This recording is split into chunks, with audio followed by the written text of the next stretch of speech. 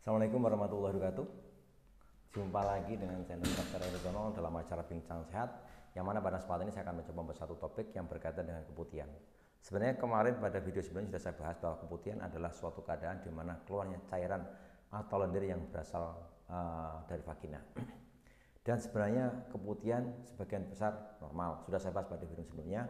Tapi pada kesempatan ini saya mencoba membahas keputihan yang abnormal atau yang mengganggu kesehatan. Yang dimaksud dengan keputihan abnormal tentunya yang tidak normal itu ditandai dengan 4 gejala. Yang pertama tentunya berbau, kemudian berwarna kuning atau hijau, kemudian menimbulkan rasa gatal, dan konsistensinya itu lebih kental. Lalu apa penyebab keputihan tersebut? Nah, sebelum kita masuk pada penyebab keputihan ini, untuk sahabat sehat yang belum subscribe,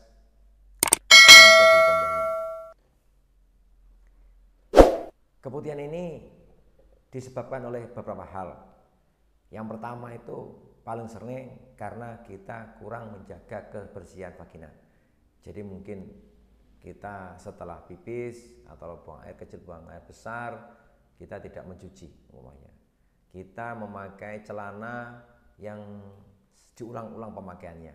Itu yang pertama karena kebersihan. Jadi kita tidak mengganti celana setiap hari atau sehari 2 kali, atau kemudian kita menstruasi kita tidak pakai pampers yang benar umpamanya, softtek yang bagus, atau pakai kain aja, ini berpotensial timbul infeksi di sana. Kemudian yang kedua, kita memakai baju yang ketat, jadi celana dalam yang ketat yang bahan dasarnya bukan dari katun. Hal ini menyebabkan bagian misve ini menjadi lembab. Nah, kelembapan ini merupakan tempat yang bagus untuk tumbuhnya jamur. Nah, jamur dengan sendirinya akan menimbulkan infeksi.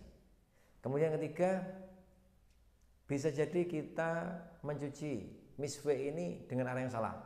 Sebenarnya kalau kita membersihkan misve itu dari atas, dari misve dulu, baru kita membersihkan bagian dubur kita. Tapi ada juga yang salah ngatur. Jadi ketika kita beol, kita dorong air dari belakang, kemudian kita bersihkan dubur, kita naik ke atas. Ini banyak di hotel-hotel besar, klosetnya itu ada pancuran air dari belakang yang nembak. Ini sebenarnya kurang baik untuk kesehatan. Kemudian yang keempat, bisa jadi kita yang menderita keputihan yang abnormal ini karena pada alat kelaminnya ada penyakitnya. Ada banyak penyakit yang bisa menyerang alat kelamin yang bisa menimbulkan keputihan. Yang pertama bisa karena kanker, bisa karena infeksi kelamin, misalnya Neisseria gonorrhoeae, bisa juga trichomonas, bisa juga penyakit yang sifatnya sistemik yang seluruh tubuh, umpamanya kencing manis. Nah, kencing manis itu merupakan bagian penyakit yang bisa menyebabkan penurunan daya tubuh sehingga bakteri bisa gampang tumbuh di alat kelamin. Kemudian yang kelima, keputihan ini bisa juga karena kita minum alat kontrasepsi, pil atau kortikosteroid. Kenapa? Karena alat kontrasepsi hormonal dan juga kortikosteroid ini berpotensial menurunkan daya tahan tubuh kalau diminum berjangka panjang. Sehingga daya tahan tubuhnya menurun, ini berpotensial untuk tumbuhnya bakteri pada alat kelamin kita. Nah, kondisi yang 5 hal ini yang paling sering timbul.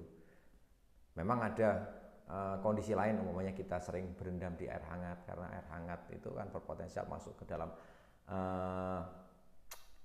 alat kelamin. Nah, hangat ini juga bagus untuk tumbuhnya bakteri.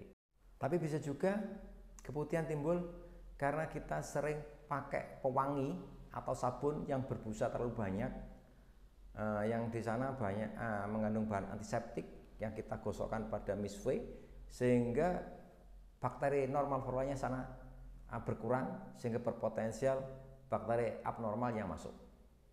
Saya rasa cukup sekian info saya. Semoga bermanfaat. Assalamualaikum warahmatullahi wabarakatuh. Salam sehat.